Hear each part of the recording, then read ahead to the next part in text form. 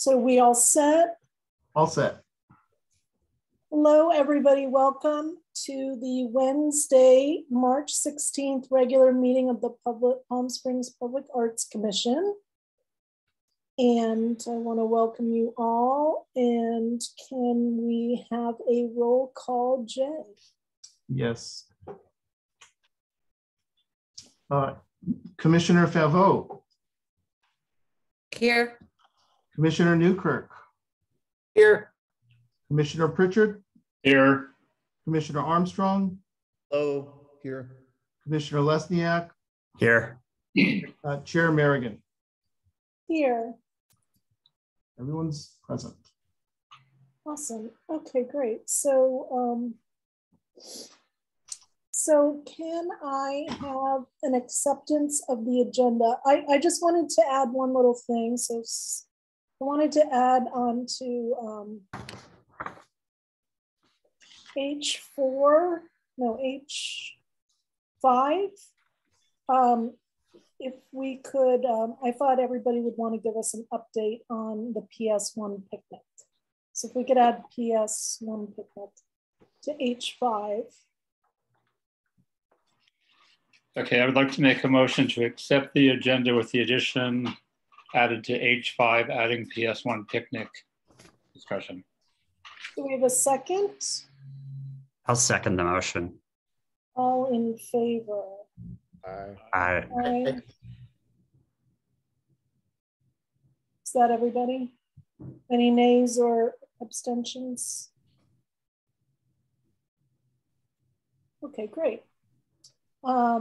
So we are going to move on to public comments. So this is the time that has been set aside for members of the public to address the Public Arts Commission on items of general interest within the subject matter jurisdiction of the commission, and agenda items if the member of the public cannot be present later in the meeting at the time the item is heard by the commission. Additionally, members of the public may address the commission on each item listed on the posted agenda at the time each item is heard. Although the Public Arts Commission values your comments pursuant to the Brown Act, it can generally not take any action on items not listed on the posted agenda. 3 minutes are assigned for each speaker. And Steve Levine, is this Rotary Steve? Yes, that's me. Do you want to make a public comment now, or do you want to speak during our item for Rotary? I don't have your agenda in front of me. Are we listed further on your agenda for the Chalk Art Festival? Yeah, it's first up in new business. So if you don't want to wait, you can speak now, or you can just. Well, I can speak now, and if there's any additional comments you want me to make, into your agenda.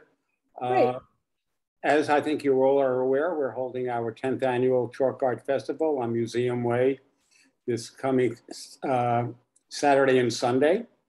We held it at that location 2019, and it was very successful. And it's going to be even bigger, and we have to say better this year. We already have 21 professional artists that will be appearing, and we so far on students have 23 students signed up, and usually most students sign up on the day of the festival. We're going to have the entire area of Museum Way and Bellardo between Andreas and Tockwitz. In the city, it's going to be closing this off, and we're, as your commission did in 2019, you very nicely funded the city expenses for that, as we are a nonprofit organization. We expected the amount to be roughly between probably $2,600 and $3,000. We won't know until after the event what's be happening, and that has to do with the cleaning of the streets, putting blockades up, so it's all very safe, and cleaning up then afterwards, doing the street from the chalk art. And we're very excited about this. We've asked for your support in the past, of which you have given. And also I'd like to put in there, if any of you would like to attend closer to about 4:30 and help judge the artist, we do give out prizes up to $1,000 of per, depending, the first in choice is $1,000, and it gets lower than that. We'd be very excited if you want to be some of our judges. And any other questions you can do, we'd like you to consider again helping fund us, because again, as a nonprofit, it comes out of what we can give back to the community. And I'm open for questions. Great. I think we have to ask you questions under the item. For you. But that would be great, Steve, if you have time to wait. I'm sorry, I'm just turning my volume up. I didn't hear you. Oh, we can only ask you questions during the item. So if you can stay, that would be great. Okay, yes, I will stay. Thanks so much, Steve. Nice to see you again. Haven't seen you in a long time. Yes, it's been a while. You can see by behind us, this is a sponsor for Palm Springs being put up for the Palm Springs Sunup Rotary Foundation. And I think you're all aware of what we do, we attempt to do here in the community and in the Valley. And all monies raised will be used here in the Valley, by the way. It's not going to international. Okay, great. Well, thank you so much. So do we have any other public comment?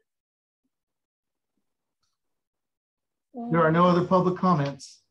Thank you, Jay. So we will move on to remarks from the chair. Actually, Madam Chair, E is next. We have to approve the minutes of January 19th. Oh, I'm sorry. Yes, so I'd like to make a motion to approve the minutes of January 19th. Yeah, there were just a couple of errors in there. I just wanted to point out that Mara Gladstone was the one who did the presentation. I think it just got transcribed incorrectly. And then I sent them to Jay. So one of them was just changing, welcoming the commissioners to the new year, not new commissioners. So those were the only two things I saw. All right, then I make the motion with those additions and changes. Okay, great. Do we have a second? I'll second that. All in favor? Aye. Aye. Any nays or abstentions?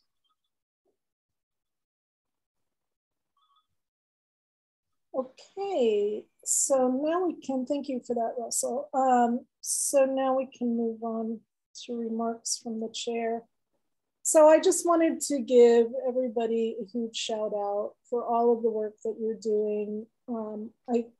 I looked at, I wanted to kind of do like a 6-month review of where we were when we started, issuing our priorities and filling out the city's matrix, and where we're at now. And we've accomplished a lot so far. So we're stacking up the work for the city, and hopefully we'll stack up a lot more work in the coming months. But, we use the first part of this year to kind of reorganize and start strategizing and reevaluating our priorities. And then we moved on to some long-term issues that have plagued a lot of the commissions, public arts commissions, in setting up a whole framework to do our maintenance and restoration of pieces of art, and getting appraisals so we can evaluate what we'd like to recommend to the city if we want to decommission some pieces of art. So all of that is in process. And then we put up our first piece of commissioned art for the year, which was really exciting, with Tot in December. And now, we're going to add a lot of exciting commissioner projects to the kitty to do over the next, 6 to 8 months to a year, which is really exciting. And then for the first time since 2020, March of 2020, we're going to be able to have our first outreach event this Saturday at the PS1 picnic. So I want to thank you guys so much for leading that effort and rolling with, going with the flow and getting all of that put together. It's really exciting to be out with the community again, because we used to do tons of outreach events prior to COVID. So that's a really good news item. And then, you know, I've said it over the past few months, and I think it's worth repeating that I really think we should use the next few months, and I think other commissioners are on the same page, to stand up ideas that we can move forward with and propose to the city council to get as many ideas out there as possible. So we kind of schedule the next few years of our work. We always have some exciting new project that we're working on, you know, for the community or with the community. And I think, you know, if we can put a number of those projects in front of the city council before the end of this fiscal year, I think that would be fantastic. So, so I just want to thank you all for your work and for your imagination and thinking of these new projects and coming up with new ways of doing things and streamlining things. So I really appreciate it. And then some of these discussions are in some of the other items we have today. So it's all a good news story. So I really thank you guys so much. So, so with that, we could move on to our old business. And we continued these from last month because we didn't have a letter from the landowner yet, but we've come up with a plan for this. So why don't I pass it to you, Russell? Mm-hmm. And do you want to kind of go over the idea of how to deal with these two items? Oh, certainly. Yes, because between last meeting and tonight's meeting or this afternoon's meeting, we have been in touch with Michael Braun, who is the property owner. And I'm very confident that we will have approval for these two pieces, fault line and segments mural, to be in place in the pit through December 31st, 2023. He being a business person with, of course, a lawyer who looks out for his business interests, just indicated that he wanted the lawyer to weigh in on any legal or liability issues. I can't imagine that would be a problem, being the pit is not open to the public, and these have already been there. We did line segments in 2019, fault line in whatever 2021. So I think it's important for us to approve our budget, being that it still has to go through city council. And if for some reason the lawyer says, no, we shouldn't do this, then it becomes a moot point, but we have at least made the first step to go to the second step to actually get the work done, which I'm quite sure we will. And just from a time component, I could talk a little bit more about the line segment item 2, is just to get this work moving forward before the heat of the summer. I think is very important.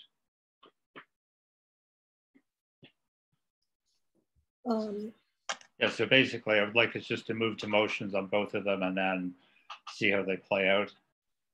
Yeah, and with the caveat that if the landowner does not approve of the extended usage, the project will be moot. Right.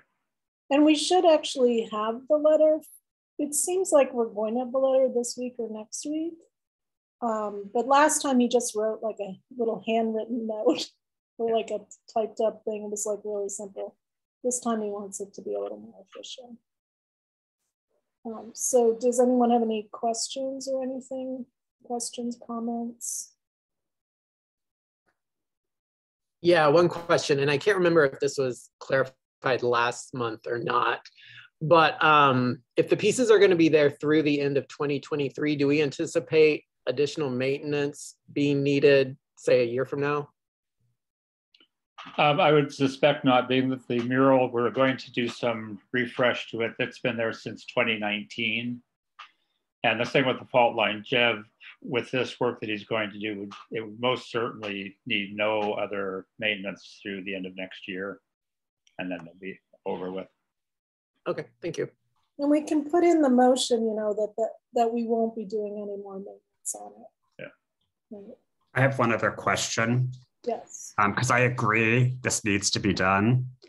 As far as our agreements with the actual artist, specifically JevPick, do we have a contract with him clarifying that beyond 2023 we need to reevaluate? And if not, could we do that?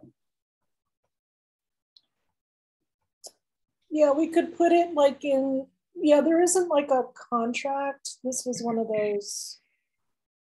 And if we don't have a contract, can we create one for him? So there's an understanding. So he has something to clear communication. Yeah, I don't know necessarily if we need to do a contract, but I think what we should do is say, you know, because he's already done the artist part of it, this is just replacing lights. So it's like a reimbursement, but I think we should make it clear and state that, you know, this is it. Like, we're not going to maintain this any further. Maybe we think of it, okay, we're not going to maintain it any further. And if it needs further maintenance, you know, the artist has to remove it. Like, we could think of work up language in that respect. So he know, or put an end date on the item, right? Like, it needs to be removed by such and such a date. Yeah, well, Madam Chair, I could put in the motion that these are going to be maintenance for these pieces to maintain in place only until the end of December 2023, which time they would be terminated. If you want.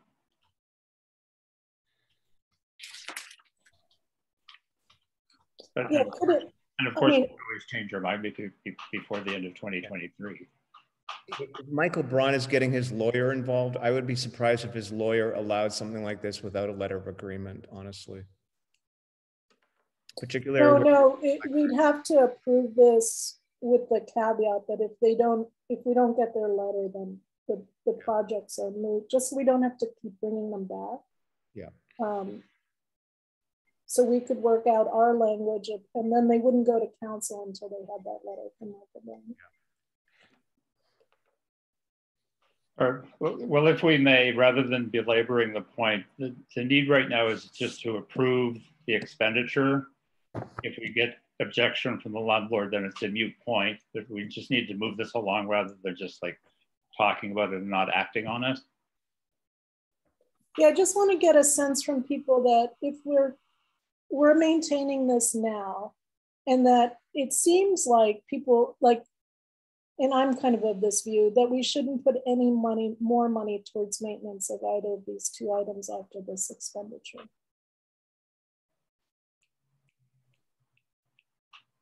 I agree with that. Okay. I agree. Is that what people think? I agree. Okay. All right. So maybe if that's included in the motion. Right. Or could I have a go at the motion on G1? Sure. Do we have any other commissioner comments, questions? Go for it, Russell. Okay, I would like to make a motion that we approve maintenance, lighting, and updates for fault line by JevPick for the supply cost of $1,300 and $1,306.20, labor cost of $540 for a total of $1,846.20 to be the final maintenance budget for this piece to run through December 31st, 2023. Second.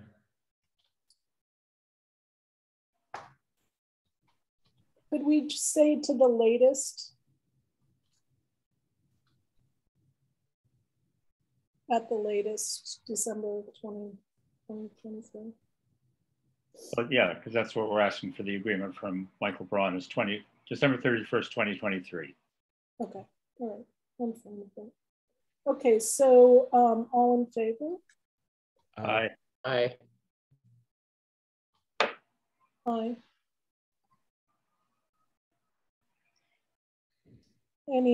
So Shonda, do you have any sound? this time? She thumbed up. Motion appears to have passed. All right, so did everybody, no abstentions or no's? Any no's? All right, great. So we can move on to G2. Yes, so information for our fellow commissioners on Ryan Campbell's line segments. We did this in 2019 as a parallel project with Desert X.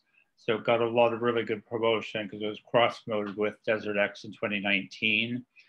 Ryan has presented two options, A, which is refreshing exactly the way it is for a cost of $8,000.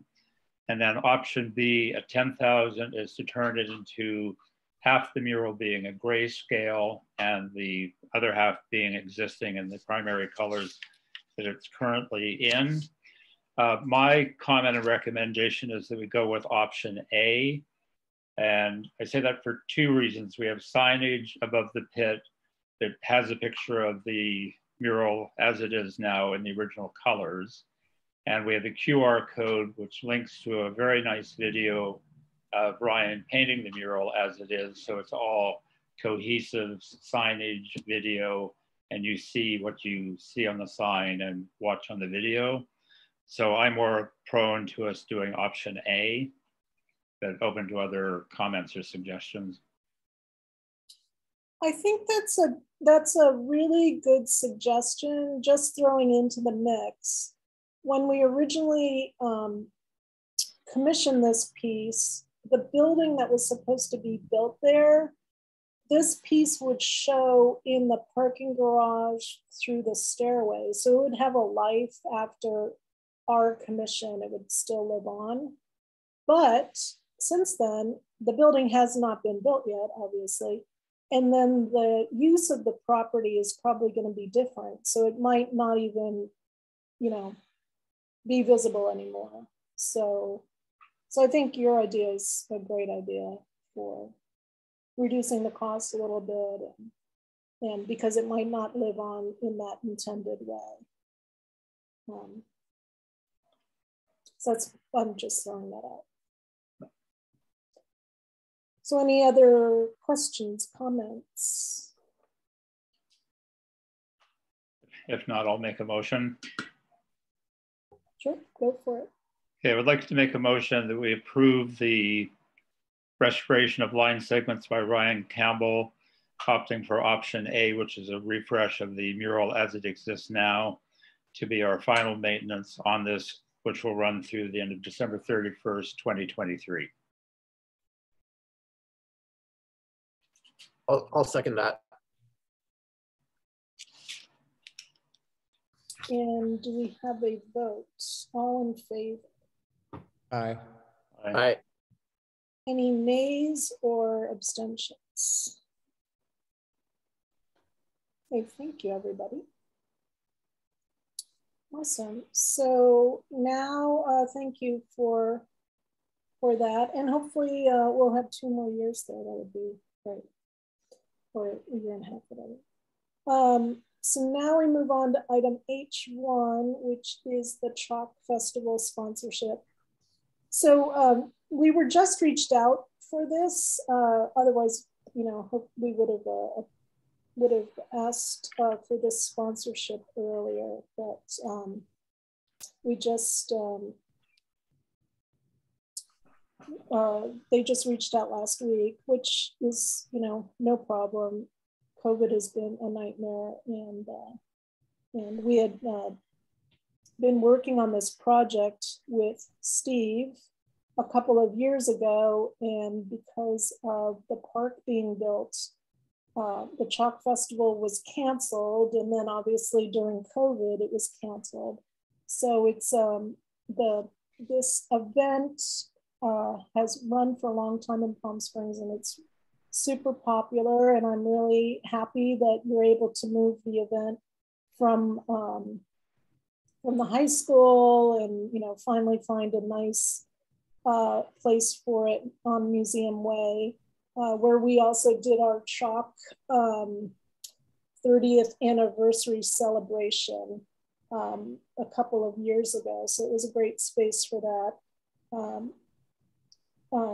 for Chalk Festival. So I'm really glad you guys are able to do it this year. And then one of the things that we had to pay for when we did our own chalk event, we had to pay the city to wash the street down. So that's what it seems like Steve is asking us to sponsor again.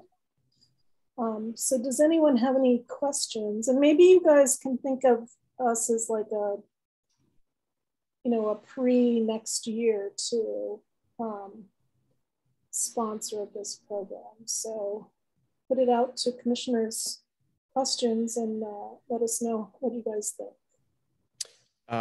I'll jump in. I think it's a great idea. I will support this on the condition from Stephen is that, as Chair Merrigan said, that we get approached earlier, because I think we would like to help you maximize this potential. And I think, you know, we can work to promote it through our expenditures as well. We did have a slight delay on that. Kristen Boomer, who was my co-chair on this, was going to get it done sooner, but unfortunately she did come down with COVID. That blocked us out for a couple of weeks. And she's also very involved with, you may not know, with the International Film Festival. And so that got canceled up to the last minute. It was very difficult at that point, you know, for her to get involved with you. So yes, so for sure we would like to get this done sooner. We understand that. We should be doing more of, honestly. Yeah. Well, thank you. Yeah. And look at this, I think of all the money you saved the past 2 years because we couldn't do it. So it's there, you know, riding around. And you were very supportive in 2019. And as you mentioned, you would have been, I know, on board for 2020. So thank you. Yeah, it's all those meetings we had when things got canceled. It makes up for it. Yeah, please reach out to us, and maybe, you know, since we can't really be on your materials at this late point, like maybe put them on for next year already or something like that, and think of us in the early planning of it. Well, actually, we're already planning March 18th and 19th for next year. I'm getting with Jasmine on that, frankly, when we conclude this meeting to tentatively reserve those dates. Oh, great. So we'll ask some commissioners if they're interested in volunteering on that, and we will let you know. But are there any commissioners that have any other questions or who would like to volunteer to be a judge this weekend? Chair Merrigan, I do have a question. Sure. I just need clarification. Earlier, Stephen had stated that it was possibly approximately 2,600 to 3,000. We're approving fees up to 2,000. Should we increase that? Yeah, I before we had to go to press with the agenda, we didn't have the final number, so I just put in what we did before. So yeah, if we could increase it, that would be great. And to what amount? So Steve said like up to 3,000, 2,800. So. And that would be strictly on, you know, what the city comes back to us, what the final costs were. And then what we do, what we've done on these things in the past is it's you know, the city maintenance department takes it out of our budget. So it's like a redirection of our funds to their fund. Because the thing with washing down the streets is it's a safety issue with the city. So when we did our chalk art as well, we were only able to keep it up for a certain period of time because they don't want anyone to slip on it. So they come with a water truck. It's actually a lot of work to wash it away. So it's kind of money well spent. So does anyone else have any questions or would like to volunteer to be a judge? I can be a judge. I'm not engaged with the picnic. Oh, that's awesome, Gary. I think this is Thank really you. exciting. Yeah, Steve does a lot of work with Rotary for the community. So thank you, Steve, for all your volunteership. And the Sun Up Rotary is awesome. They do tons and tons of work for the community, and as a granddaughter of a Rotarian who was in Rotary for probably over 50 years, it's an amazing organization. So I thank you for what you do. Do we have any other questions, comments? Then I would just say I would make myself available to be a judge if necessary. awesome. I'm sure the more the merrier. Oh, yes. And then I'm prepared to We make. would only be judging on the professional side. We have a couple of the people from the art museum are going to do it on the student side. Right. Awesome. That's great. Thank you guys so much. So can we have a motion? Yes, I would like to make a motion that we approve to spend up to $3,000 for the Palm Springs Chalk Art sponsorship for the 10th annual Chalk Art Festival. Second. And do we have a second? Great. Second. And do we have a vote? All in favor? Aye. Aye. Any nays or opposed? No, that's okay. That's great. Well, thank you guys so much. And thank you, Steve. Yeah, we're just rolling with it. So I really hope you have a wonderful festival this year, and we look forward to working with you guys for next year too. Very good. Thank you so much. The weather's going to be great. So we were lucky out there. Okay. And those guys, you know, be there a little bit after 4 o'clock, 4 to 4:30. That's when we usually start doing the judging. I will be there all day, so you can contact me easy enough. Thank you so Okay, much. thank you, everybody. Have a great evening. Okay, cool. That's awesome. So now we are on to H2, Culturally Strong Mural Project. So Gary, do you want to take that? Yeah, you know, this is a tighter budget that Russell and I worked on. And we're submitting 2 different visuals. The one visual was a female artist that Pete at Flat Black recommended, and Russell and I really liked her style. It was just a nice graphic treatment. And then the other one was a piece that I found when I was in Puerto Vallarta 2 weeks ago. And it was on the side of a wall, and it's a mural, and I got my picture in front of it. And I thought it was really interesting because it wasn't intended to be like Butterfly, where people are meant to pose. But when I saw it, it reminded me of when they do genetic mapping and DNA mapping. And I was wondering if there was maybe something we could do to incorporate this with the mural, where we sort of show different people coming together to create Palm Springs, which is one of the things that we're trying to push with this, is that there's many, many different cultures that create the Palm Springs that we love and adore today. And it's always been a cultural recipe and cocktail mixture. So again, this is just part of the creative process we're going through. There's no final design yet, no final artists yet, but the numbers are pretty tight, and we just wanted to present that at this point. Russell? Yeah, I'll just add, because it's, again, dealing with the numbers and working through a project, we have to, as the Arts Commission, approve our budget and Gary has pulled together a very tight concept for everyone, and we've got a very good direction on it. But we can't really do much more work, especially utilizing Pete Telecito from Flat Black as our creative director on this. We can't expect him to put hours into this before we have the budget approved by us and then subsequently City Council. Because City Council might say, no, we don't want a mural at the museum parking garage. So we just need to do our step-by-step. We approve it, they approve it, and then bang on, we get it done. So that's why we just want to put it to the vote for the budget of $52,000 tonight.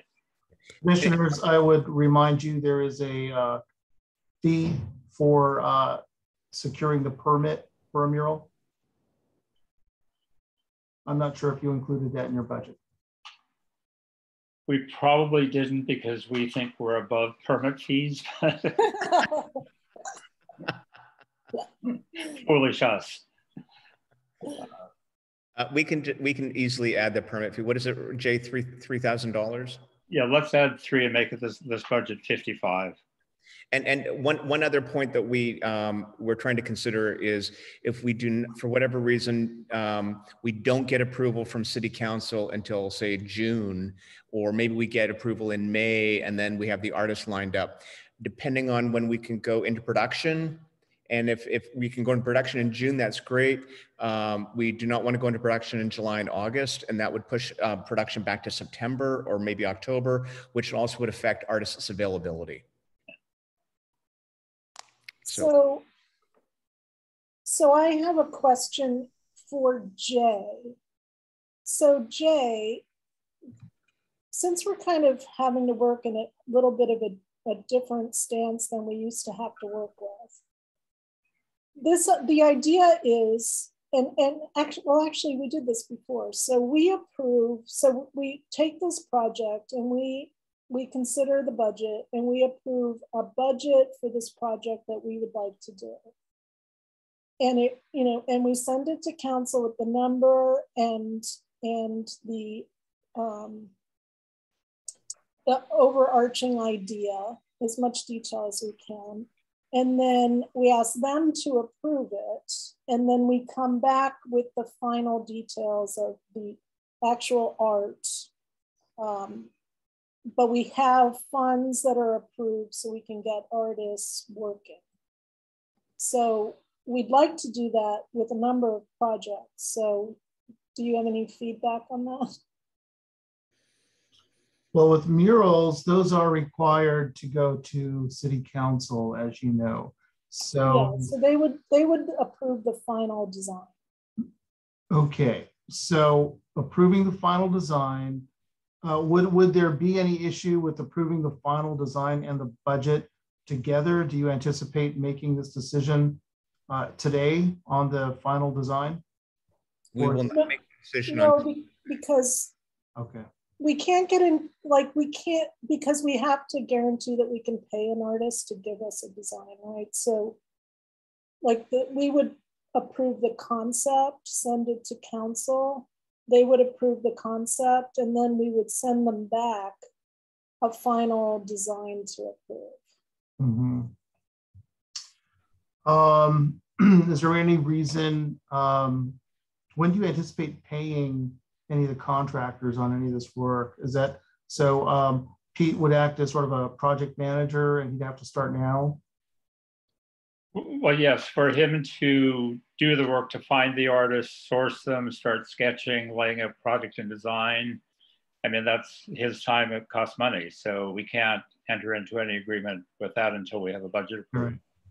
Yeah, I think it's gonna be 2 trips to City Council, approve the budget, and the work with Pete, and then the mural.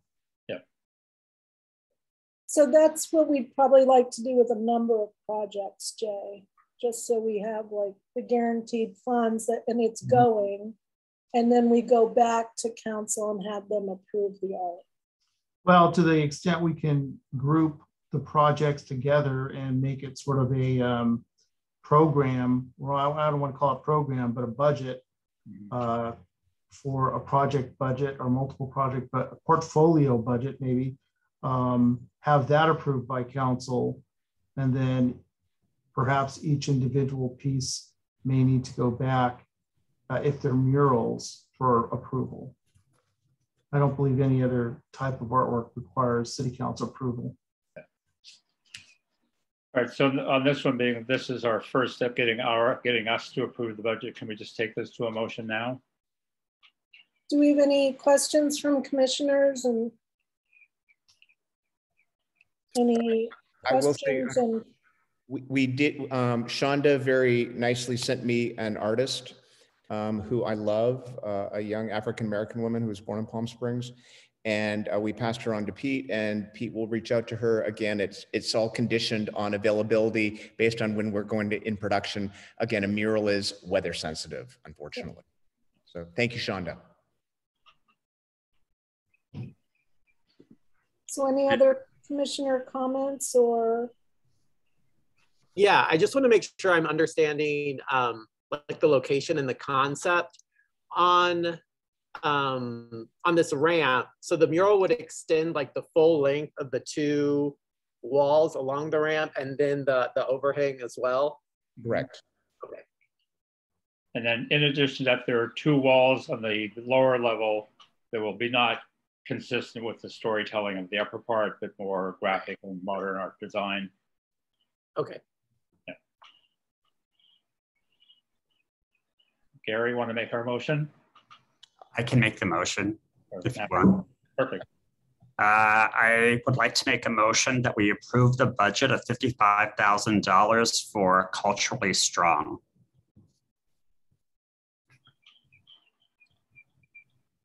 I can second.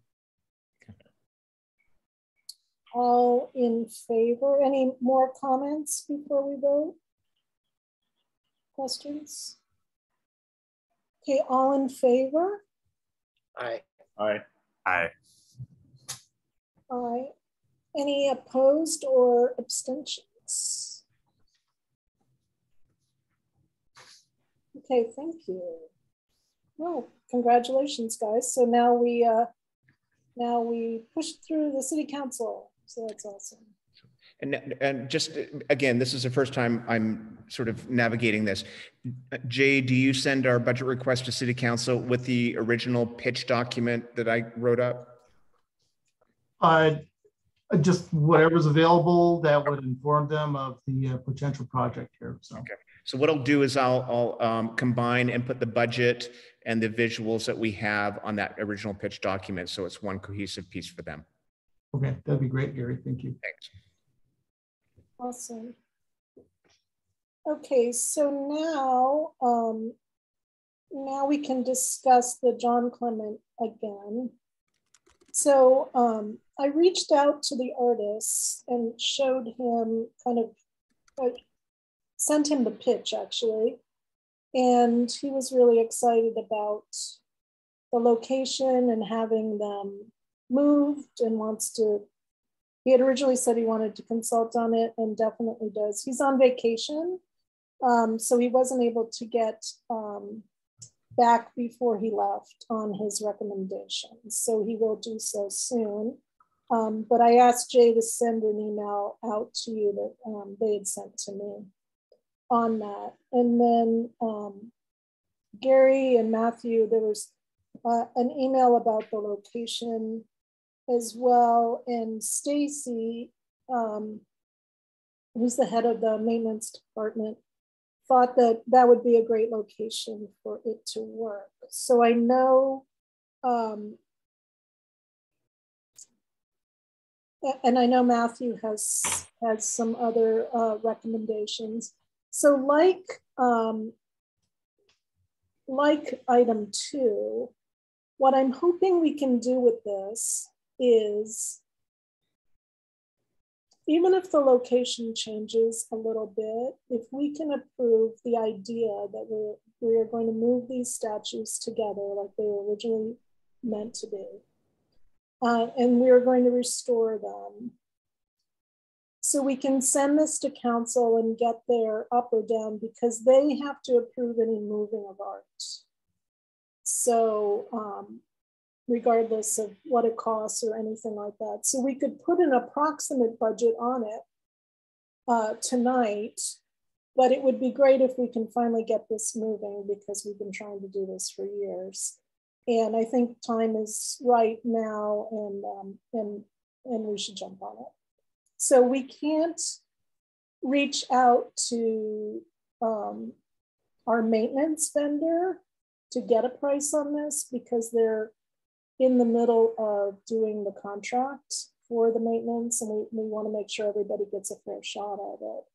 So we can ask the city staff to price it for us, or we could come up with a number that we're comfortable with, and ask to get a harder number, but we can approve a budget for it, and then send it on its way. So, so Matthew, did you have any other? I know you sent one location at the golf course, but I think that is like in a flood zone. So I don't think that's gonna work. There were several locations that were suggested to me. One is, and I'll go through them, and I didn't mean to interrupt, but one is the Jesse O. James Center, Indian Canyon and Rosa Parks, Ruth Hardy Park, the Wellness Park, the Tockwitz Golf Course is what you just mentioned, the airport along El Cielo Road, Demuth Park came up several times along with Sunrise Park. So Demuth Park and Sunrise Park were the ones that were suggested the most by the members that responded. So, but no actual locations, like, except the airport segment there. I think there's one at Demuth Park that I'm aware of. It's literally a very wide grassy strip of land. And I would like to bring our attention to, in our ordinance, under letter D, number 3, it says that we can, when necessary for the property aesthetic presentation and structural placement of the artwork, create landscaping or something like that that takes care of the artwork, that addresses the issues. Yeah, yeah, definitely. So the one concern about, which we've talked to Stacy about in the past, is any place that has grass now, it could be very difficult to remove the grass and remove the irrigation, because all of irrigation is tied up, in, paths, right? So if you know how you put your sprinklers in your grass at home. So it becomes difficult to re-engineer a space for grass removal. It's not impossible, but we just have to have, have the maintenance and facilities, like look at locations and see what they can do. Like at Ruth Hardy, we talked to her about Whirlwind, and that sculpture, they were actually able to remove the sprinkler irrigation in that area, so we didn't get any more further damage on that sculpture. But that was like a rare occurrence, right? Because these, sprinkler lines have been in the ground for a really long time, and it all has to do with, I'm sure everybody knows in the desert with different watering pressure, sprinklers have a mind of their own. And so that's one thing to really think of. So when you mention those couple of items, we need to put these sculptures in an area where they're not going to get destroyed by sand and wind.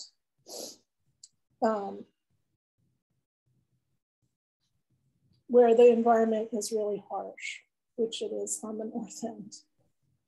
Because they're painted, right? They're painted sculptures. So I think something like Wishing Well works really well there because it's not, it's a plastic item that's has like an industrial use. So I'm throwing that out. We have to think about the grass. And then the airport was kind of the one item where they're removing grass. But so they could work there, might not be as interesting there. But I do think the Francis Stevens is the most dynamic location for them. And one of them is already there, right? So it's not like we have to do that much to move it. So. I have a question. Yeah. Well, because these are large pieces of work. Yeah. For the repair and restoration, will they have to be removed and relocated to another location to do the repair and restoration? Yeah, when we talked about these before, that they would have to be removed in order to repair them. Okay. Because some of it, I forget which one now, but because it's on grass, it has structural issues now with getting wet for so long. Right? So we could take care of all of these issues in one shot. Tracy, I I like your framing of this. Let's focus on the idea of movement and idea of repair, and we can focus on where later. I think we all agree that they need to be repaired, they need to be grouped together. I'm not 100% on Francis Stevens, only because I think these are fun and playful pieces of art, and I'd like them to be in a park where families are. That's just my first instinct is, and and because they are so big, they could hold up to the scope of another bigger park. That's just my inclination now, but I agree with your motion and idea. Focus on approving the money because we're going to repair them and move them, and we can finalize where later.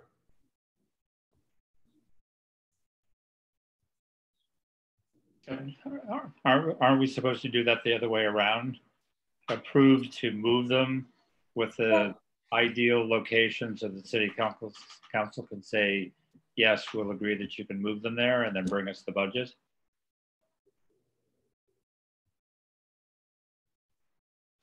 Perhaps Jay could help us out with this. Yeah, I'm it's kind of like a chicken and egg here. Yes, what do we do first? Right. You know, I guess I would say either decision you can come up with first is probably best. Yeah. You know, just let the market happen. So you know, whether it's budget or location might be a more drawn out discussion. So getting to city council though, you know, it'd be great if they could go as a package, but sounds like some work has to be done, you know, in advance of that. So probably budget, and that can be explained to the city council. But does anybody have another an actual location other than the grassy part of the? I mean, those were like specific locations versus saying a park, you know, because Sunrise Park is going to go in under construction. They're not toys. So they're not really jungle gym equipment. I have a question. Yeah. What I am sensing is, and this is sort of with what was said earlier, is the repair and the restoration are the priorities initially.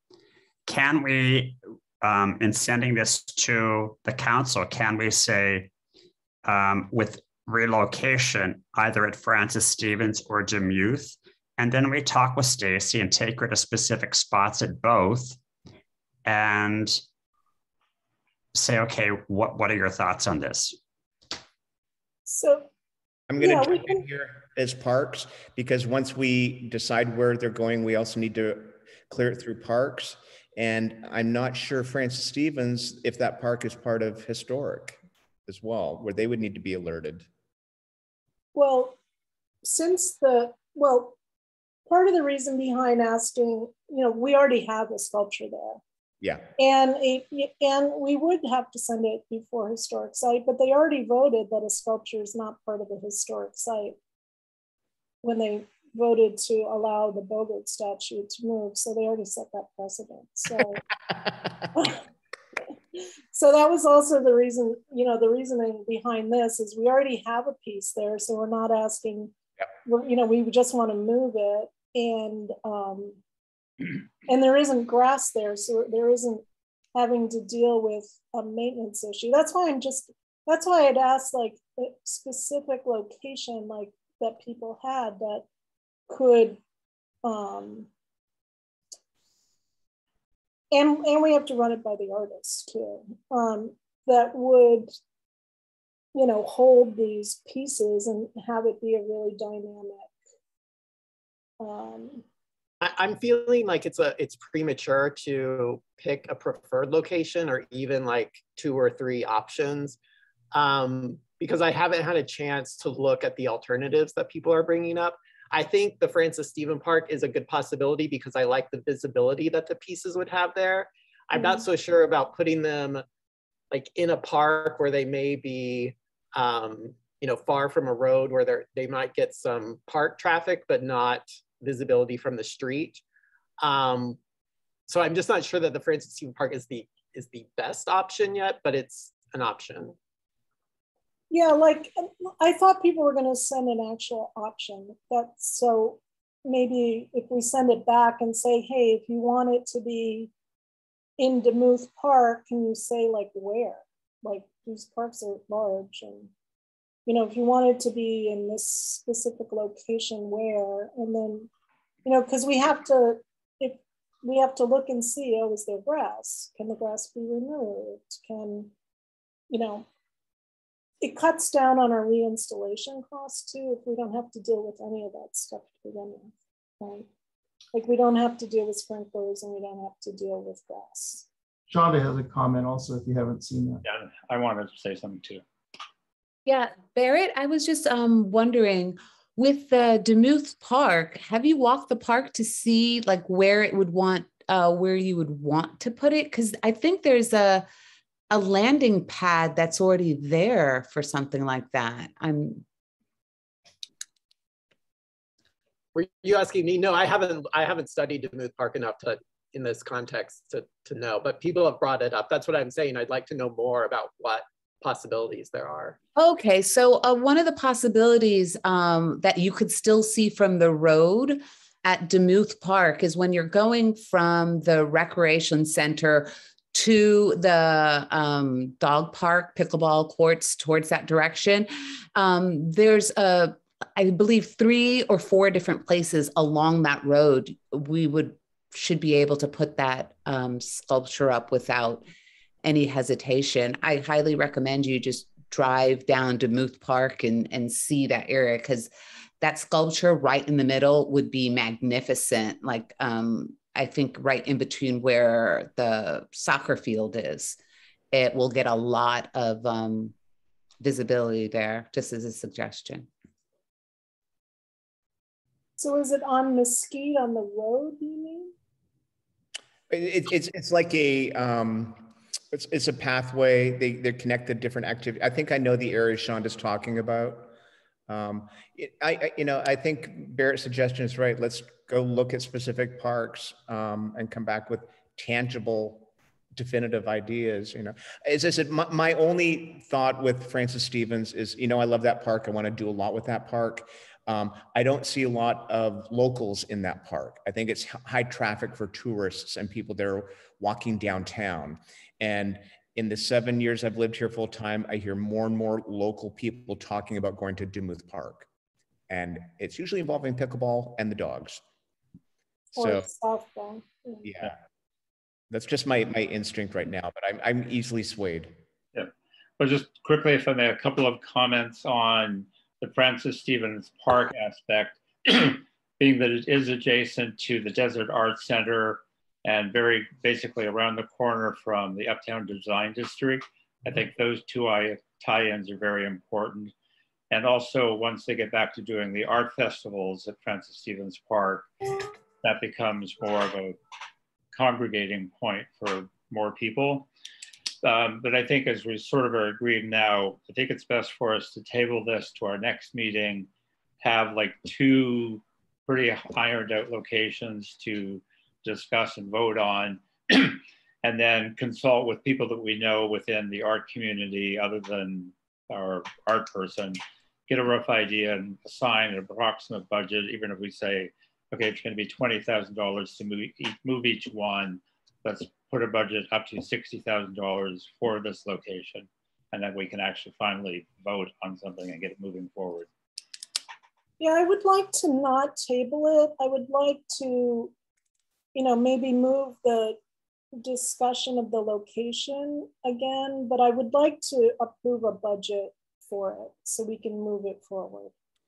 So maybe we say, you know, I was going to say 50,000, but maybe it's 60, or that we want to move forward with restoring these items and relocating them. And then, you know, we'll recommend 2 locations to the council or something like that. Just so we can get it going along with the mural.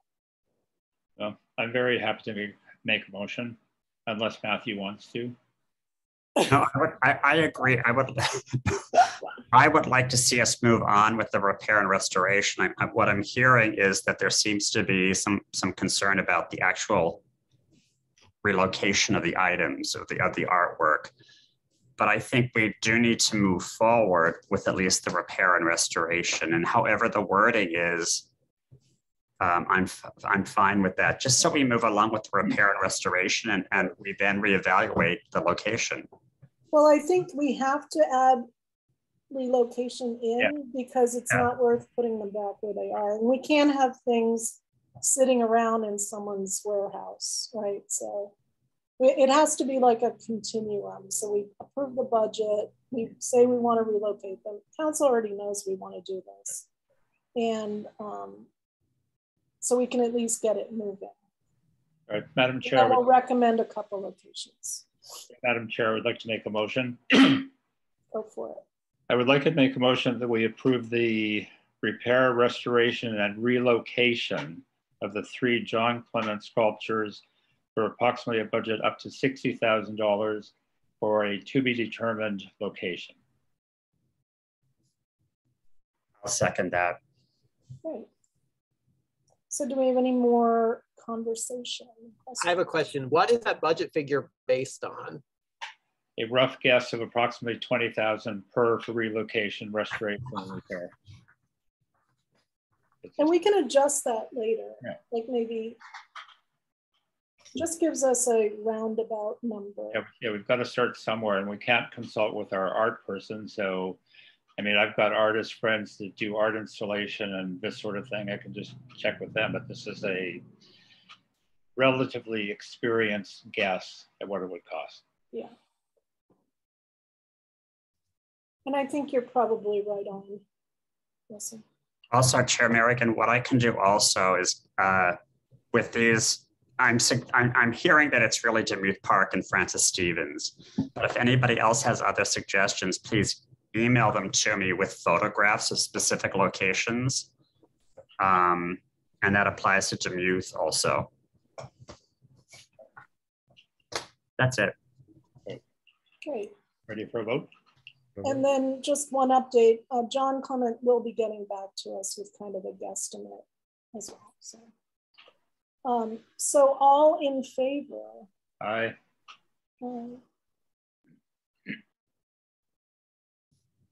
Any opposed or abstentions?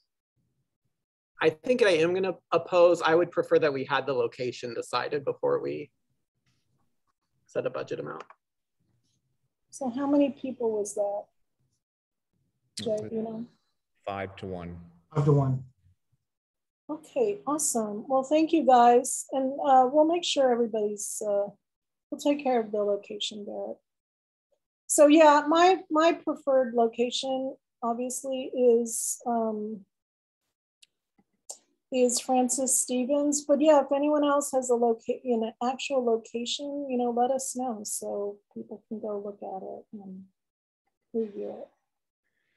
So thank you so much, everybody. So number H4, new projects. So Matthew, do you mind if I just throw out this quick one really fast and then you can take over? Go ahead. So when we met with Stacy, she threw out, and we didn't have time to talk about it last month, but they've had to remove all of the splash pads in the parks.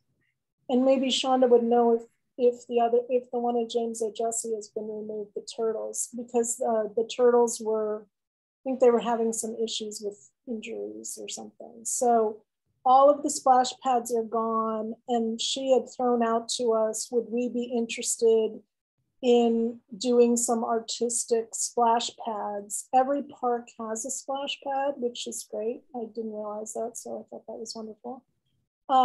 So I just sent you guys a couple of, you know, pictures of some cool ones and wanted to know if we're interested in this, if anyone wants to work on it, if we pass.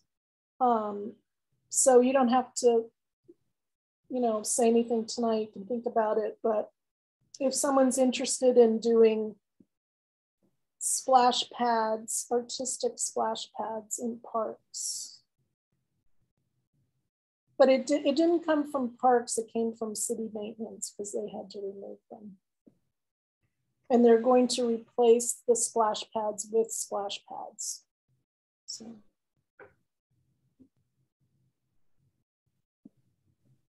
Tracy, I have a question about the splash pads. You said that it was coming, that this request was coming from city maintenance? Yeah, because they've removed all the turtles. Did they remove the turtles at James O. Jesse? Well, the turtle is still there because it was painted by an artist, but they haven't physically like dug it out. It still works, but they don't turn it on. From what I understand, when I was trying to figure out what they wanted to do with these splash pads, there was a neighborhood developer that wanted to come in and collaborate on this. So I will find out if that is even an option, to see if that's something that Public Arts could collaborate with. So not all that money comes from us, if any at all. Oh, great. So yeah, what she told me was, so I guess the James O. Jesse ones are the only ones that haven't been removed, but all the other turtles are gone. They're so cute. It's so sad, but concrete things that get wet doesn't seem like a really good idea. So yeah, she threw out like, oh, would this be a project you're interested in? So I brought it to you guys to see if anyone's interested in the splash pad thing. And I think what I think is cool about it is that there's one in each park. So I think that is awesome. Like, so everybody, the whole city would get them. So Shonda, are you interested in doing a project like this? I'm interested. There was somebody in the city that I believe the director that left, she had a folder of all these different splash pads they were interested in. Of course, I suggested the big giant daisy ones and sunflower ones, but there were a whole bunch of different designs. So I don't know I think there was somebody that's now works at the library that's the head of Public Arts. She may have, or it may have been given like this plethora of information, because that's what we were going off of before the pandemic. And then the project just disappeared. So hopefully that material is still around. Yeah, and it would be kind of like either like, an artist designed piece or a commissioned piece. Okay. That's a different direction that they were going. They wanted like a actual splash pad company, not an artist. Yeah. So okay, this is two different things. Okay. Yeah. So if they're definitely going to replace the splash pads, but if we want to put our foot in stamp on them, if we wanted to, and maybe we're not interested. So, because it could be a cool project, it could also be a lot of work. So if anyone is interested, just let me know offline and we can follow up with that. And then Matthew, go for it. Thank you very, very much. Let me just begin with how this began. Actually, I was going to Sunrise Park, looking at the library. I began trying to get in touch with the librarian. We spoke on the phone. We had passed several emails back and forth. We had an initial Zoom, and the second Zoom we had is when Tracy got involved with it or sat in, because the Board of Trustees was also there, the head of the Board of Trustees, the chairperson there. And during that meeting, and even prior, she had explained that she came from Palm Desert. She was the librarian there. And she had mentioned specific artwork there that she was interested in, a screen and some of the smaller pieces that were there. I went to see those. The pieces that she described were sort of generic pieces of art. However, what she was describing to me, she wanted something that, and encouraged kids, encouraged adults to visit the library, something that represented reading, something that created enthusiasm about visiting the library and just reading. So I started thinking about it. I started doing research and I was looking at stuff, and a lot of it was just little girls sitting on benches reading a book. And then I came upon Peanuts, and I finally got to Dr. Seuss. And I remembered from my teaching days, which were not that long ago, that there was major, in the library, there was major enthusiasm around Dr. Seuss.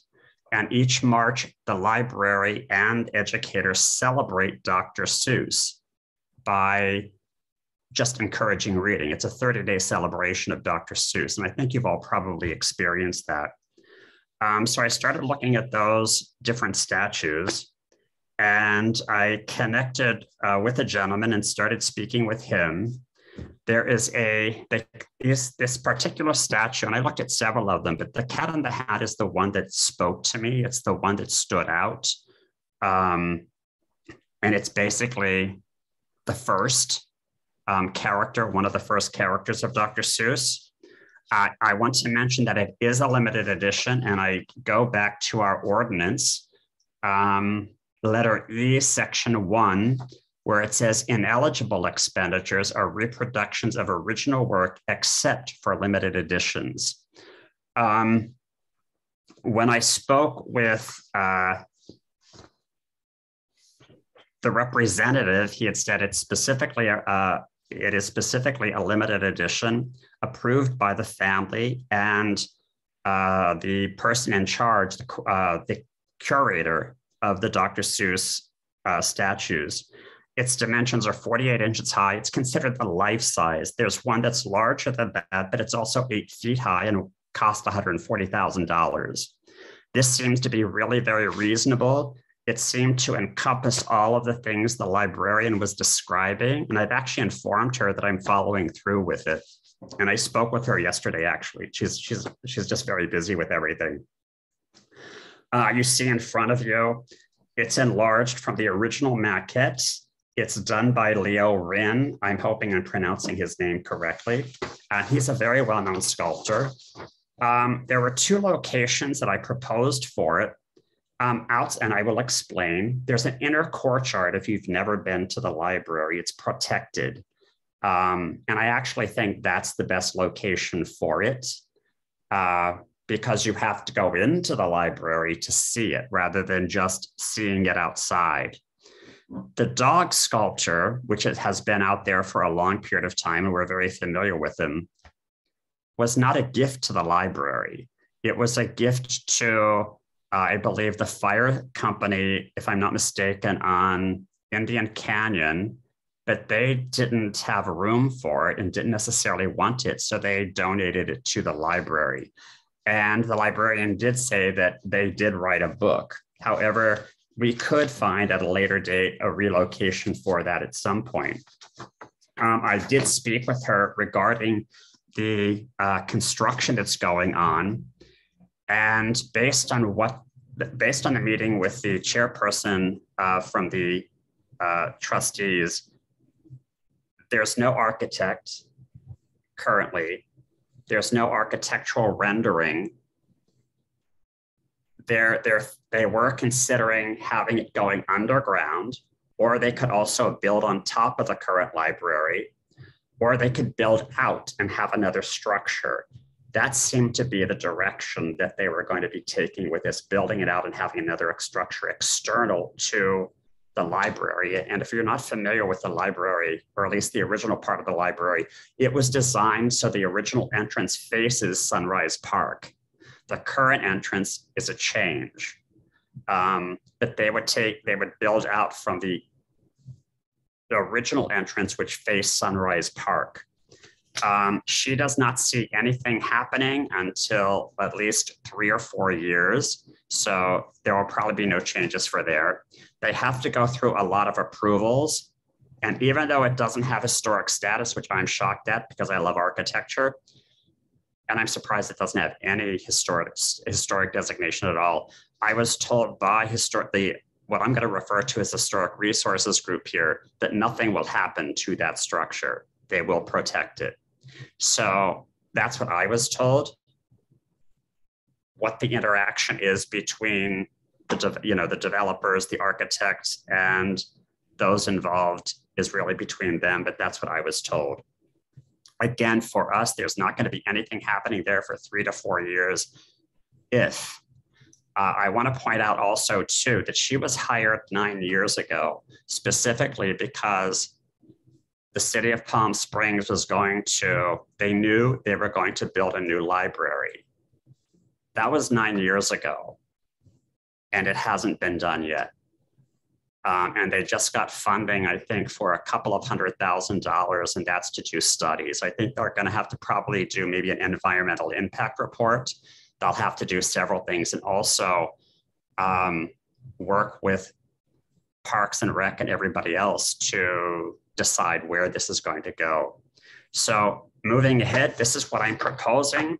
The actual cost here is here. It is, I'm looking for it here. My apologies. Here it is.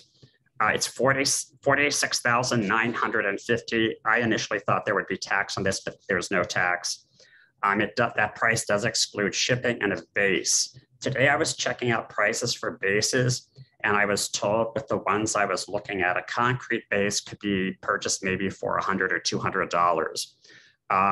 A stone base, a more sizable base, and something that's more related to the area that we live in could cost up to $2,000. So that's what I have right now. Are there any questions?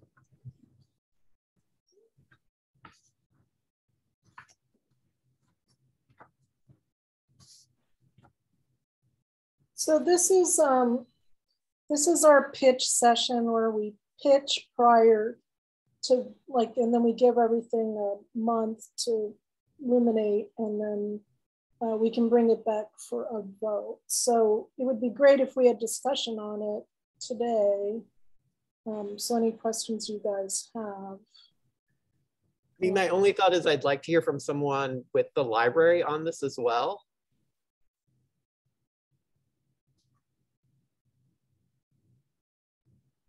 Yeah, we can definitely make that happen. Right, Matthew? Absolutely, I can contact her. I do have a question about that though. And again, I'm new, I'm learning this process. Whenever we choose art pieces, such as the ones we've placed already, do we have to get approval from the people where it's going to be? Such as the ones in the park that we've placed. I'm thinking of Sunrise Way. Well, what people are you talking about?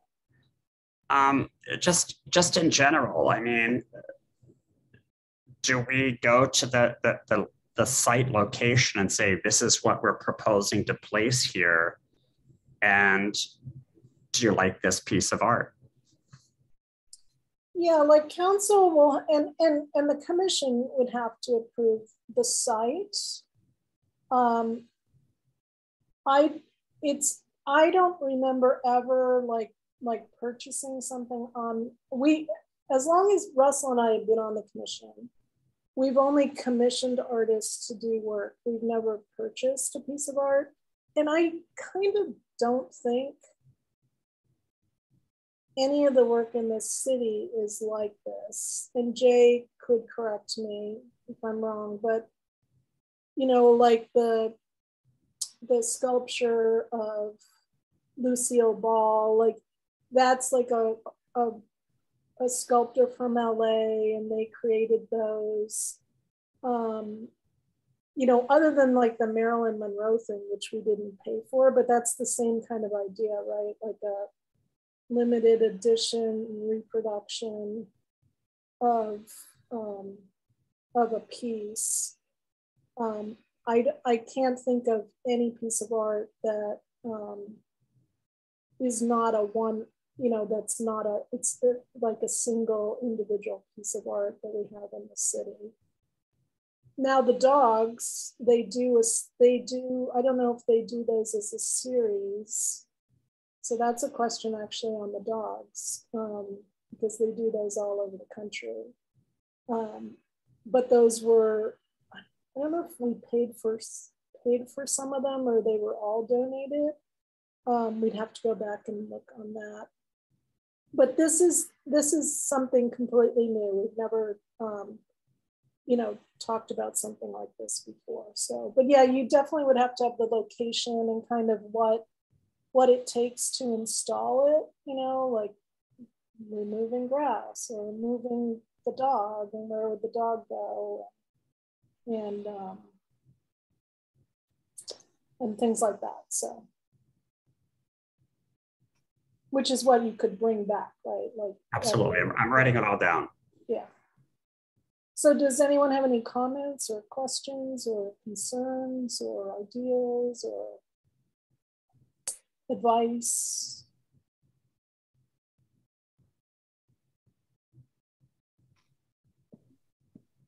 And again, this isn't meant to be ignorant, but it's going to sound that way. Probably not phrasing it as artfully as I should. But who actually goes to the library today? Do young kids use the library? Do retired people use the library? Who's the audience of the library? And will Cat in the Hat attract more of the desired audience? I just don't know. And that's why I'm just asking. Yeah. One of the things that came about in that meeting, and this is one Tracy was involved in, is if you think about it, there's Palm Springs High School. Yeah. They're looking at it as creating a campus, which I'm not sure why it's not that as an educator, because the main library is right there for the city. But they want to create a campus atmosphere. They're also going to, there's a building in Tracy, you may know the name of it, on Barista Way, that they're also going to be renovating and bringing into the fold of everything that's going on there on the campus. Actually, when I go into the library, there are people using the computers, there's people sitting there reading. There was a little child, because they've got a children's section. So, and he was working on homework, but he was actually playing on the computer more, his little iPad. So every time I've gone in just to look around, there's always people in there. I bet that they have a report, right? Like I'm sure they have a report on, what the library uses are and who uses it. And Jeannie's really great. Like I'm sure she would come to the meeting and talk about I love Jeannie. How they're, re-envisioning the library, because it is this campus idea and they took over. I'm blanking on the name of the building now, but it's the mid-century building at Baristo, right past their driveway. So that's going to become like a community rooms, community rooms really small. And so they'll be able to have more events for the community.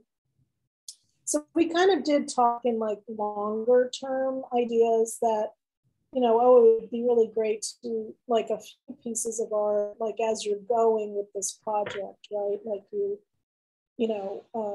highlight this part of the campus and then this part of the campus and then this part of the campus. And maybe they all, connect, either artistically or whatever visionary wise.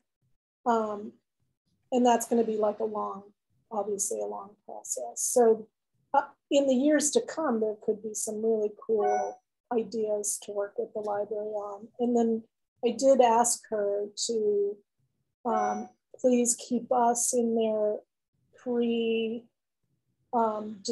phase, so we could actually design public art into the library versus them come to us afterwards. And so it could be integrated into the library. So Matthew, what happened to that idea that she was really interested in, the kind of garden gate slash or screen, maybe say the screen on the outdoor patio that would be like an artist designed screen so they could open that area up to the public. That's an idea that I haven't forgotten. However, that's going to involve going to Historic Resources and asking them if you can change part of what I would consider to be an architecturally significant building. I know that what she wanted to do, and this is, if you go to the Palm Desert Library, you can see it. And actually the same sculptor, Rin, did the wall there. And there's really wonderful sayings about education, about critical thinking, about reading. And it's really beautifully done. And it allows the sun to come in. This particular one at Sunrise Way is an enclosed patio with a door opening. And she wanted basically to get rid of the wall and put up something similar to what was in Palm Desert. I'm going to think that in the new edition, that will be happening in the new edition. But I'm not sure if that will be able to be done in the old edition. I don't know that, but I think there will probably be resistance from historic groups. But it was really interesting that it's not a historic site. I'm shocked. Yeah, it's So that's a little more info for you guys. I'll say that maybe I'm not shocked that it's not a historic site, but I think that it's there. It sounds like there's going to be a lot of changes happening at the library over the next several years, whether that's remodeling or renovations or a new building, whatever it is. And I would not want to make this purchase without some sense that it was part of that bigger plan, whether that's a new space, a new children's space, or expanding their outreach, or a new wing that they're going to have, whatever it is. But it sounds like there's a lot of unknowns about what's actually going to happen at the library.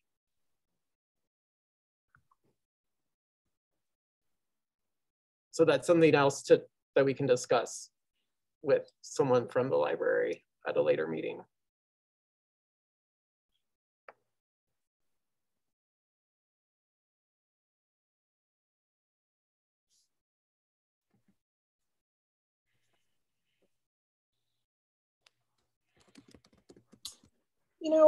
Matthew, I know that Jeannie kind of said, that she wants to highlight reading and getting kids interested in reading and everything. And maybe there's an idea to, like what Barrett is kind of saying, which could be interesting, right? Like there's an actual space where this structure lives. That is an active, it's an activated space, right? So the space would exist pre-library construction and post-library construction. So maybe that's an idea of putting this sculpture in context in that way, where it's an actual, it creates a space or lives within a space that's activated by reading and children's reading, stuff like that.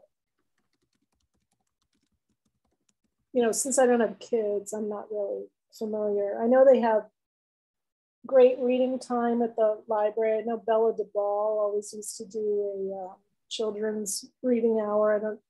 Obviously that stopped with COVID. I don't know if they're going to do that again, but that always looked really popular. But I think what Gary's asking about who uses the library, it's probably young kids and retired people for the most part.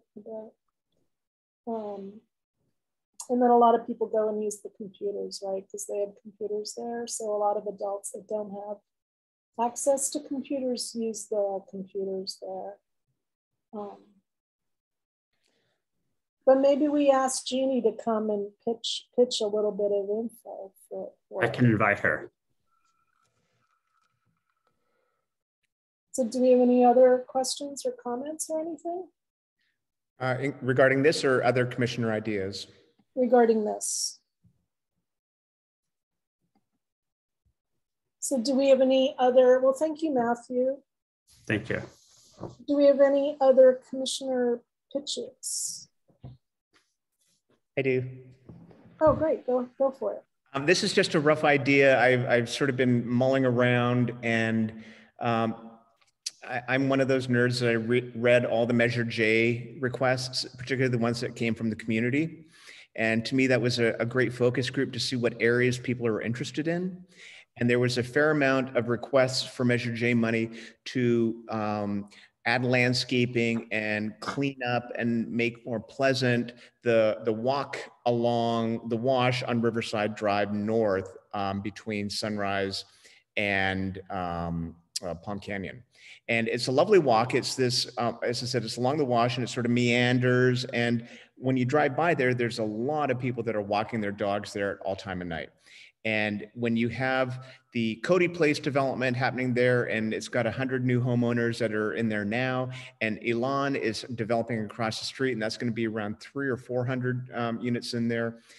So what I would propose is for the Arts Commission to take a proactive stance and try and turn that walkway area into an art walk. And I think we could use that as an area that could be to replace artwork that is currently in some places that maybe the site is not great for it. And we can do it as ever-changing art or permanent art. But it's a place that there's a diverse community that lives there and uses it all times of the day. So I would like to pursue that. I don't have anything more specifics, but my goal is to work with Tracy or somebody like that to help me conceive this, somebody with institutional knowledge on how to approach this. And then once we have the framework in place, the individual commissioners can then say, hey, I want to do a piece and we'll put it right here. I think then, it can then become an overall Arts Commission project rather than just one person's project. So I would encourage all the commissioners to take a drive or walk along that area because it's a really lovely area that's developing that's well used. Yeah, I when Gary mentioned this, it pulls at my heartstrings because we spent so much time walking our dogs there, and it's like a breath of fresh air in the city that has a beautiful view of the mountains,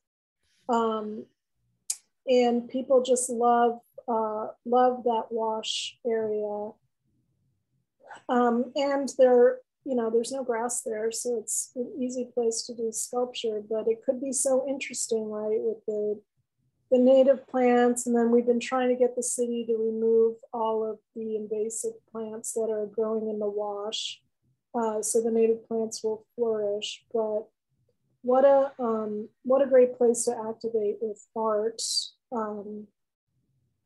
And it could be a destination for art too, right? Because parking is really available around there. And the whole Sunny Dunes area, the Sunny Dunes, flea market area is very active on weekends. Yeah, that's true. Like it kind of now can be a walk, a way to walk to Sunny Dunes, right? Yeah. Like that wasn't the case in the past. Yeah. So I'm really excited about this idea. I would love to work on it. It's like the environment, it's pointing out our desert environment and how important washes are to our local fauna and flora and to our water. And it's beautiful and it's a great place for exercise. And it's a piece of city-owned land. Yeah. So we're always looking for that. So it kind of fits like a ton of buttons, and people could express themselves in so many different ways there. It would be really great.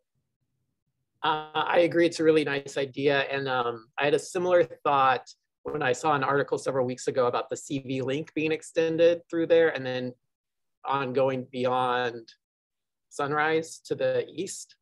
So there's going to be a lot of new activity happening there. Oh, and CB Link has a lot of money. So, they probably, I mean, you know, they're way stations, right? Or they're not bus stations, but they're, I guess, entrances. I don't know whatever you call them. I mean, they're very beautifully artistically designed. So I'm sure they do have kind of art funding in their budget. So that could be a source of revenue maybe, or sponsorship. Or... I have a question.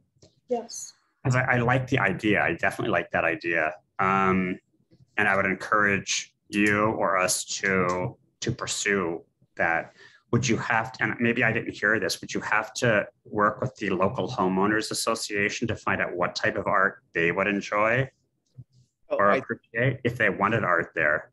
Yeah, we would engage with the community. Yeah. I think they have a really active neighborhood association there called Treno. And every year, I don't know if any of you guys have volunteered for it, but they have something called the Treno Neighborhood Yacht Club.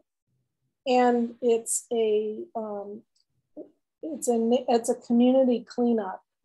So, you know, a lot of trash gets dumped in the wash and everything. So every year they have like a big community cleanup and picnic. It's called it's Tockwitz River Estates is the neighborhood on one side, and Sunny Dunes is on the other. So it's the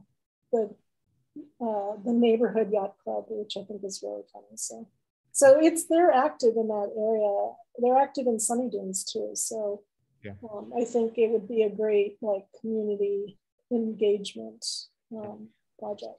So I'll take the lead on that, and I'll consult with Tracy, and we'll come up with something amazing. But as I said, I encourage all the commissioners to take a look at it so that when we do present in the subsequent meetings, you'll have a full appreciation for the idea.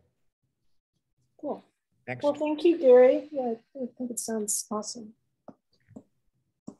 Do we have any other pitches? I do have something. I didn't plan on pitching it, but I do have something else that I would like to discuss if that's possible. Okay. When I first got involved with the commission, I created a list of things that I would like to do. This next project is one of them. Because I think that this person, Lawrence Crossley, has been somewhat overlooked. Yes, he has a street named after him, but it wasn't until a few years ago that street name was changed. And I would like to create I'm not going to create it, but I would like to have an artist create a bust of him because he's known as one of the first African-American settlers here in Palm Springs. He came in 1924 and apparently was the first up until around the 1930s when another family came into the Coachella Valley. He was one of the only people that were actually invited into the local Agua Caliente tribe almost as a member. Whenever there were difficulties back then, based on my readings, they would go to him to try to intervene or negotiate or have him work with the other local people. He was also an owner of rental properties in Section 14. When he moved here in the 20s, he came from, and I think you all know this, he came from New Orleans. I think he was a saxophonist, if I'm not mistaken. He came here specifically and he began working with the owner of El Mirador. He developed, and the owner of El Mirador found that he possessed a lot of talent and encouraged him to develop that talent. He developed the first golf course here in the area. This is all based on what I've read. He developed other golf courses after that. I find it somewhat actually horrible that the golf courses he was developing are golf courses that he himself could not golf on because he was Black. And I'm not sure if that happened, but that's what was going on at the time in society. And he had rental properties. He then bought a tract of land, which is, I think it's 34th Street and Lawrence Crossley Road down in that area. I know the area. I just was there. What I find interesting, he named the streets, which the builders do this. One is Lawrence Street. The other one is Martha, which is his wife. It intersects. And then his daughter's name at the time was Marguerite. So those are the streets. Unfortunately, he died in 1962. And he actually lived in that area. I would like to go and find the house that he lived in. He actually lived in that area. But I would like to work at developing for a presentation a bust of this gentleman, because I think he was really very, very important in the development of Palm Springs. That's it. He was an actual developer. He developed that Crosley tract and developed there's a mobile home park across from Ralph's. So he developed that as well. And yeah, he had a lot of rental property in Section 14 and then moved on from that. He's a great father of the community. And just to throw it out so you have a little more info, there's a group of people that want to do a park that's kind of dedicated to him, that's in the Lawrence Crosley neighborhood. And they came and presented to us a couple of years ago. So that might pique your interest. It was a really interesting idea. I don't know if they were able to pursue it further because I think some of the land was private and they were trying to get the city to purchase it, but they had it all mapped out and everything. So that might pique your interest as well.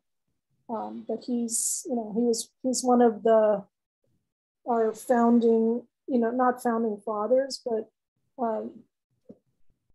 helpers of creating community here. So it's good to highlight his history that I think a lot of people kind of maybe aren't familiar with.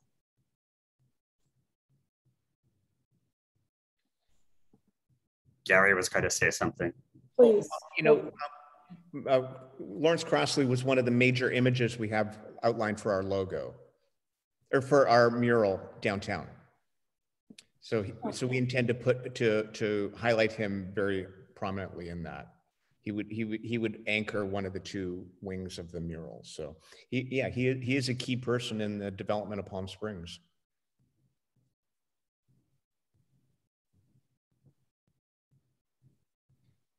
So yeah, just mull it over and bring back an idea of like where something would go, et cetera, et cetera. And then I think if you're interested also in that park idea, maybe we can find out who those gentlemen were who came and presented to us.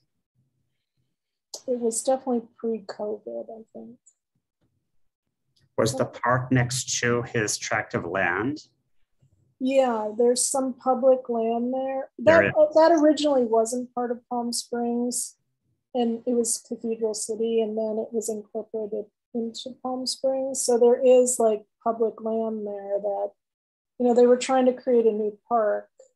And it was a really interesting idea. So we had said, we'd be interested in working with them on it, but I'm not sure where, sometimes people come and present ideas to us and then they kind of, get stymied or they don't, keep going with them. So, but we could, if you're interested in that, I could try to look up their names because they were at one of our meetings and they had a lot of material. So it was a well thought out idea, kind of like a monument to,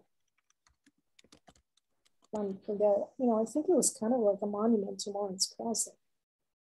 And, you'd walk through this park and you'd encounter a number of art pieces, through the park. It was kind of like a strolling park. I mean, Russell, you might remember. Yeah, I remember some of their pitch, and I think it was a brilliant idea to pursue. But I just want to point out we spent about 40 minutes on pitches. It's coming up on 5:45, and I think we still have some stuff to get on with our agenda. And we really should try to keep our meetings at 2 hours max. So if we could move on, that would be great. Because I've got a commitment soon after 6 o'clock. Okay, so do we have any other comments on that, or are we ready to move on?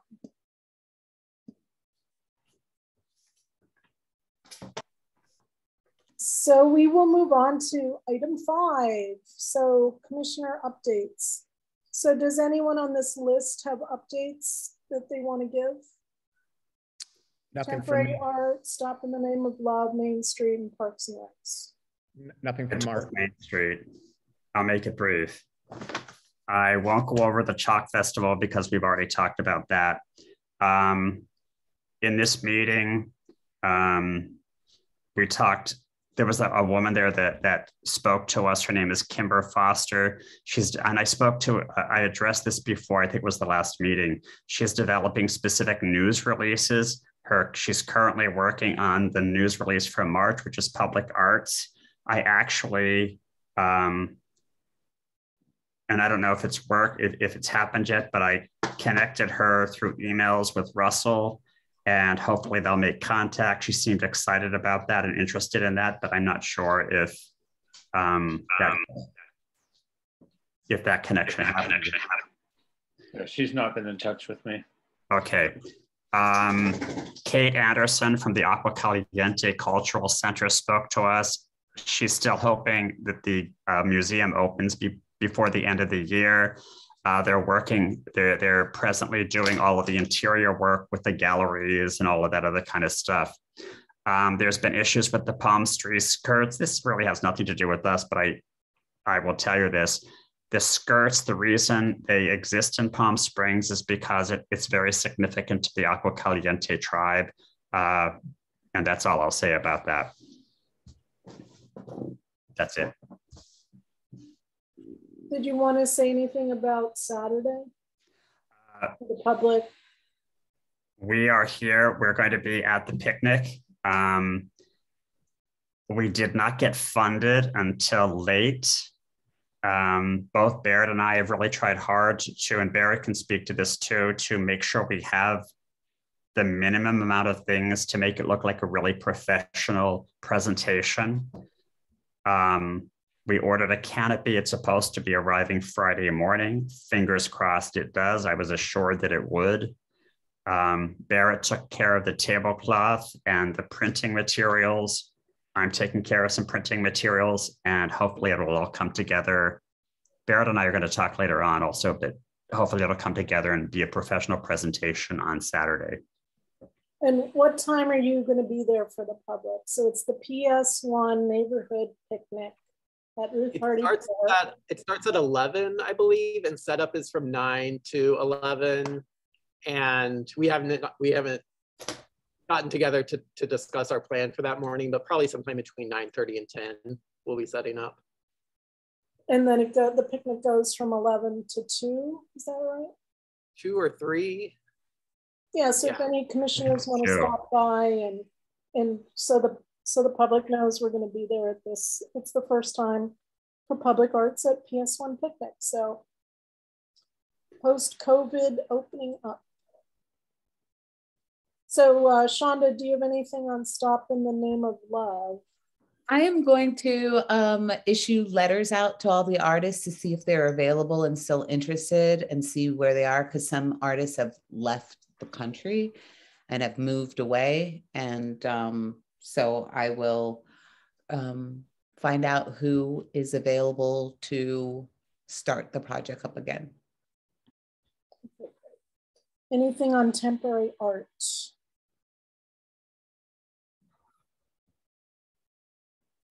No. Okay, so let's move on to item 6. So Jay, it's in your court. Sure thing. So the maintenance contract, which had been approved, is still with our procurement department. It should be going out very, very soon for as a as a proposal. So we expect that to happen shortly. The art appraisals item, I believe that would still have to go to our city council. That hasn't gone yet. Is that correct, Madam Chair? Is that your understanding? Yeah, none of these items have gone to council. So we were just wondering when they will and what's the status. The Art is Everywhere neighborhood grants, we are queuing up for the next city council meeting. So that should be out. And the Jay, I have a question on that. Yep. So I have the flyer that I created that the commission has seen, and I think there was also like a short couple paragraphs description of the project that has some of the same information. Would the council, what would be the council's preference in terms of the way that's presented to them? I think they just want the basics, but if you want to submit that, I'm happy to take a look at it. I do have, I guess it's a flyer. I'm not sure who it came from, if that was something you did. Yeah.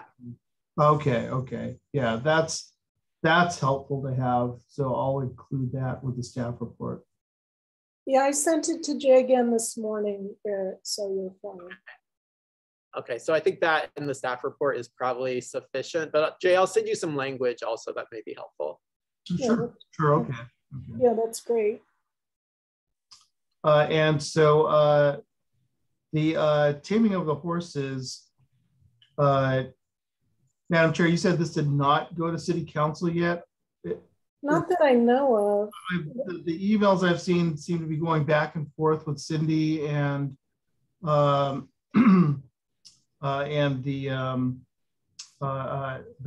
person who did the flag replacement, but I'm not sure what the schedule is on that one. I'll have to check with Cindy on that one. And the ordinance changes, yes, unfortunately, the attorney is working on it, but they're asking me questions which I have not had a chance to provide her answers to. So that one is still sort of in the works. But then there's also, before we proceed with any type of ordinance change, it's kind of related to the matrix, the last item, as to the ultimate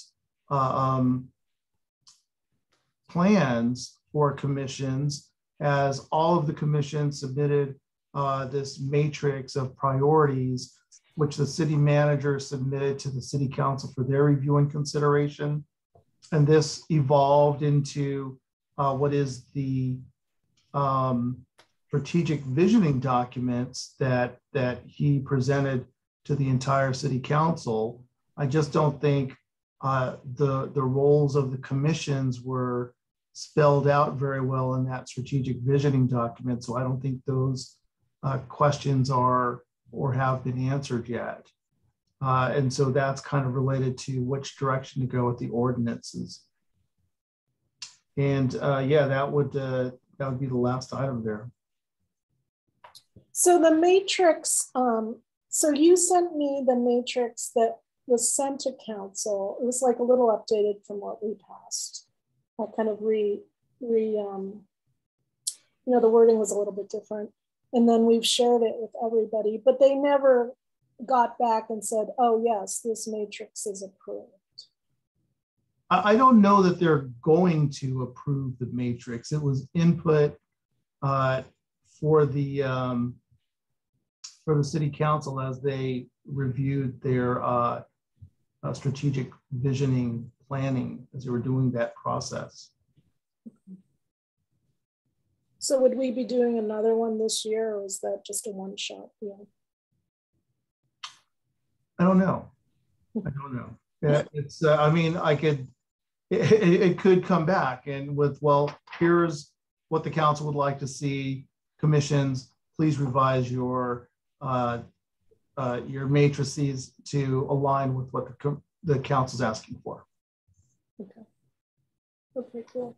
Well, the stuff that's like outstanding, do you think we could try to get, minus the last two items, all of that on the agenda?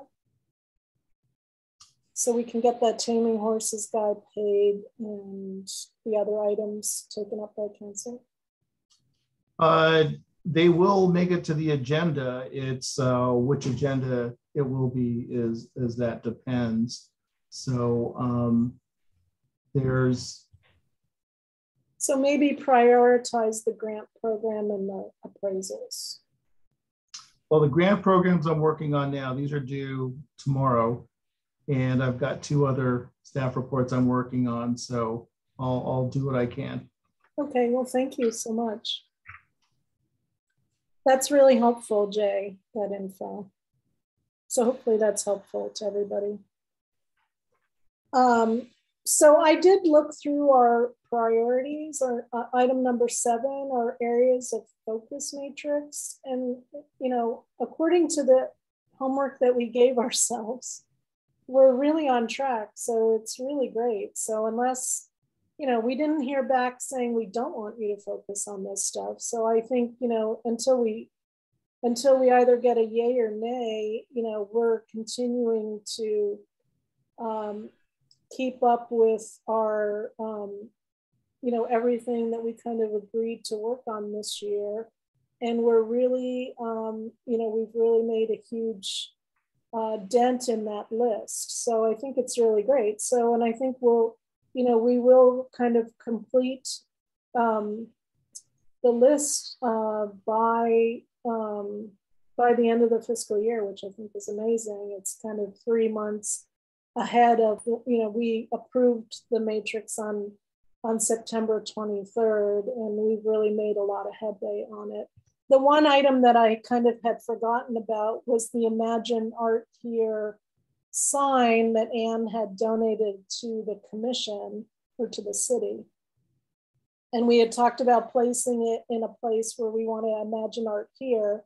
So maybe commissioners can think about that over the next month or so or 2. And we can, you know, if we want to plant a flag at the wash, imagining art there, if we want to plant a flag at Francis Stevens, it will, when we did that a few years ago, it created a lot of community conversation. So it's a way of getting the community excited for new things.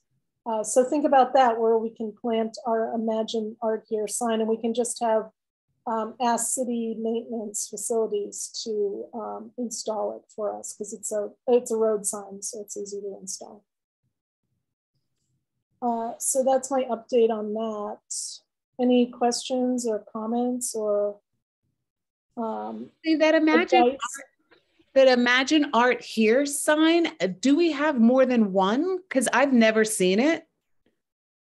I've only seen like the metal one that was in front of the museum, but are you talking about like the ones that you stick in the ground for like the picnic or something like that? No, that's the sign that was in front of the museum. Okay. So my question is for you, there are, from what I understand, but I'm not sure because I've never seen them, there are like flag ones that are out of cloth, like a heavy material that stick in the ground that say Public Arts and Imagine Art Here. I don't know if you, I know they exist, but I haven't seen them. I don't know if you know if they do or not.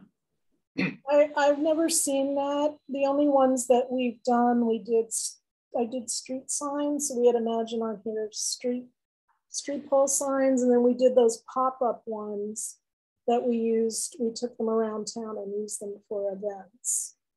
Are the pop-up ones still available? I don't think so. One of them broke, and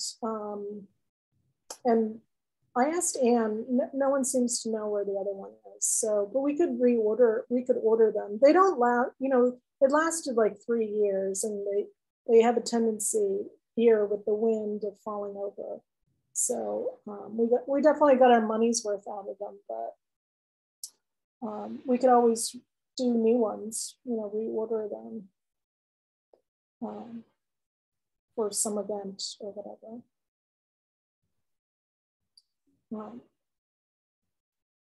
But this is the actual piece of art that says Imagine Art Here, the street sign. So you guys could look up kind of photos of it and see. It used to be where the car is now.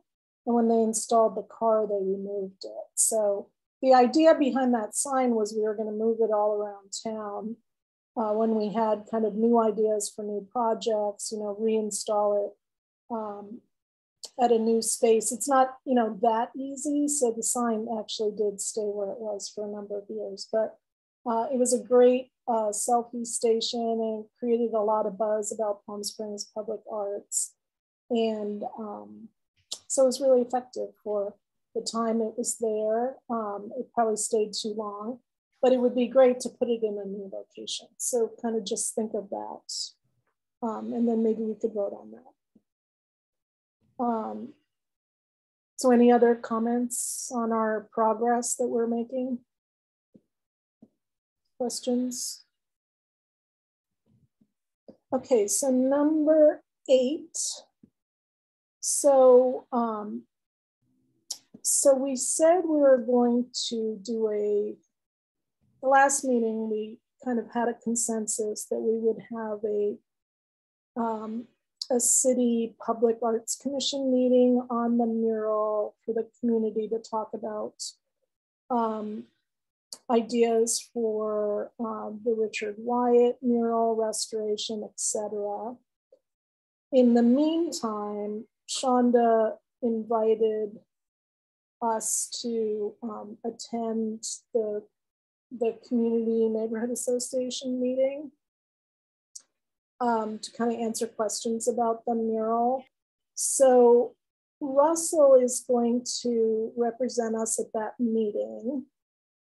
And so he's going to go on the 12th, and I'm assuming Shonda wants to speak at that meeting too. We can only have 2 commissioners engage at the meeting. Otherwise it's, you know, because of the Brown Act. So if Shonda doesn't want to be one of the engagers, you know, someone else can do so. Everybody can attend the meeting, you just can't participate in a discussion about it. But Russell's going to be the point person. I'm going to be out of town that night, and he is going to be our vice chair representing the commission at the meeting. And then Shonda, you just have, do you want, you know, I assumed that you were going to be the other commissioner, but you can let us know. Or yeah, I mean, I still want to be a part of it, unless the commission prefers me not to be.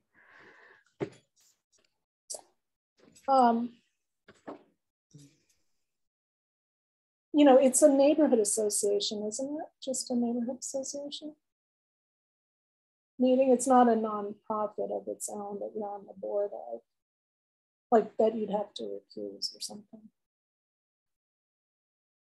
I think it's my understanding it's just a neighborhood association. I thought you would want to take part in the conversation. I assumed.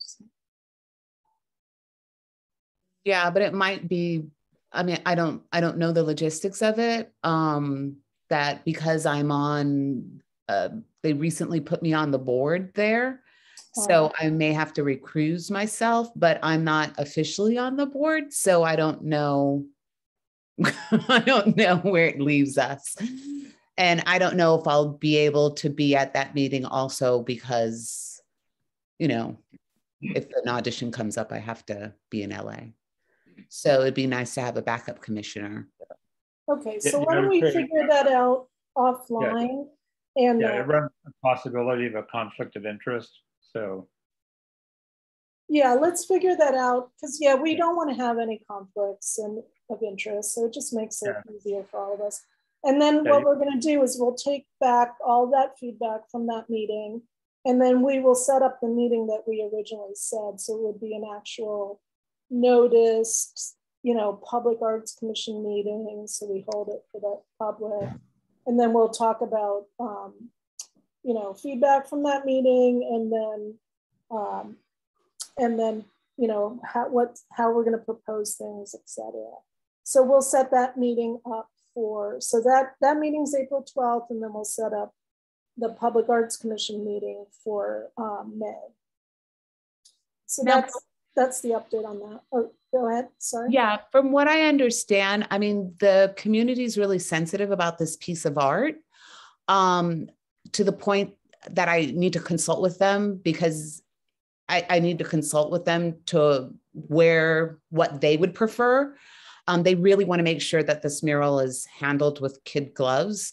So that they may feel like it's better that I'm not on the board in order to handle the public arts thing.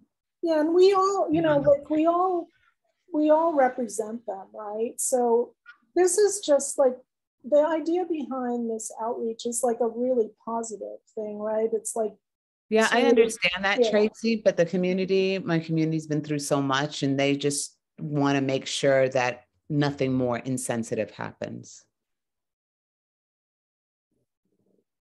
And it's not my community, it's our community. So, I mean, I'm just saying that it's been brought to my attention. So I'm just letting you know that's how it is. So I can consult with you if I'm going to be the other commissioner on there or not. But I know this is taking up way too much time, and I know other commissioners have other things to do. So I can figure that out and get back to you. Yeah, we'll take care of that offline, and so that's just how we're going to proceed on this. So then the last item is the budget, which we just got. So to let you guys know, every year we get a budget that normally goes up. So it's kind of, we kind of set the city kind of sets somewhat of the same budget for us. And then as they get their receipts in from work that's been processed, later on in the year, we find out normally that we have more money. So the budget that Jay put together for us somewhat reflects last year, but we can add items to it or move money around. Like the budget is fungible. We can kind of move money around in it when we just have kind of our top line number.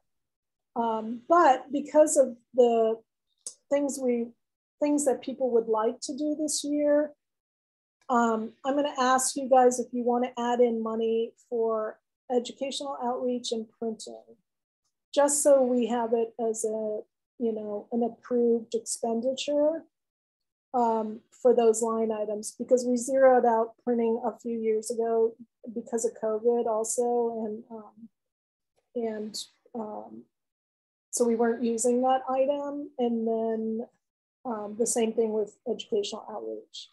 So we could add some money back into that. And Jay, do we have to approve this today since we just got it, or could we do it next month?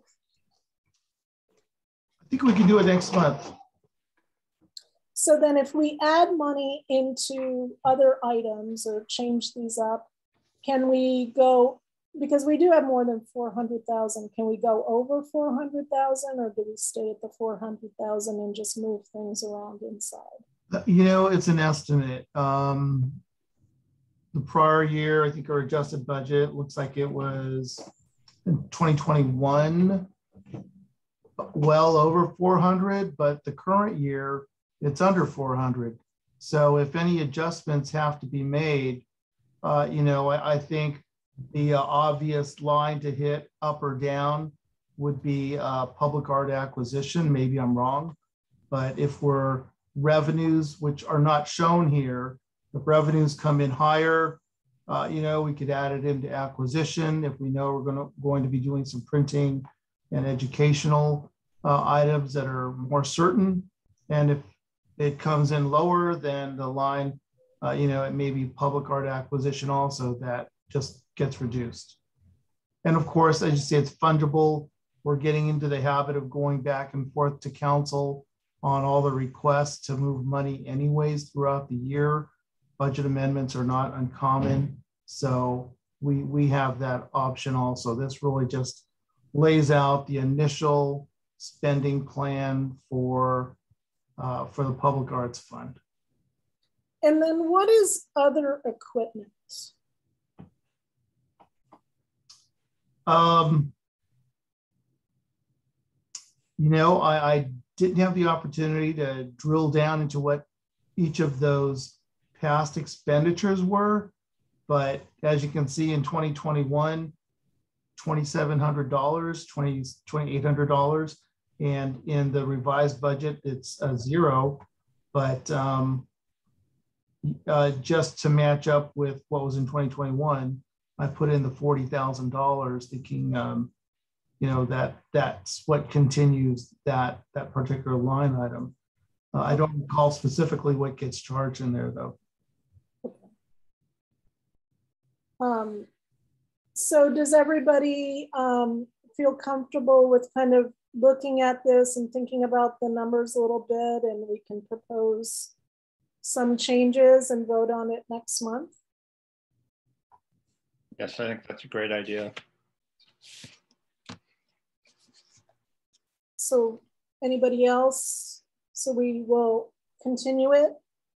So maybe we have a motion, Russell, to continue this item. Okay, I would like to make a motion that we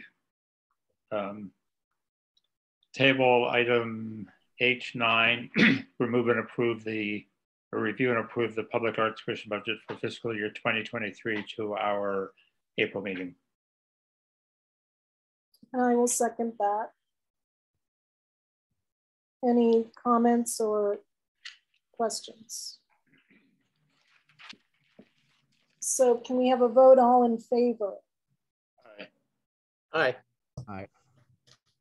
Any opposed or abstentions? Great. So Jay, do you have an I report? No, I report.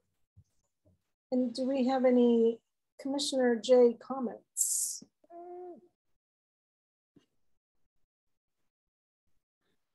Can I make a comment before we end? I'm going to be emailing Jay just to ask if we have a location, like a closet for storage for the items that we're purchasing. And Jay and I can deal with that later on. Good for you. We've asked that question many times. I noticed your smile.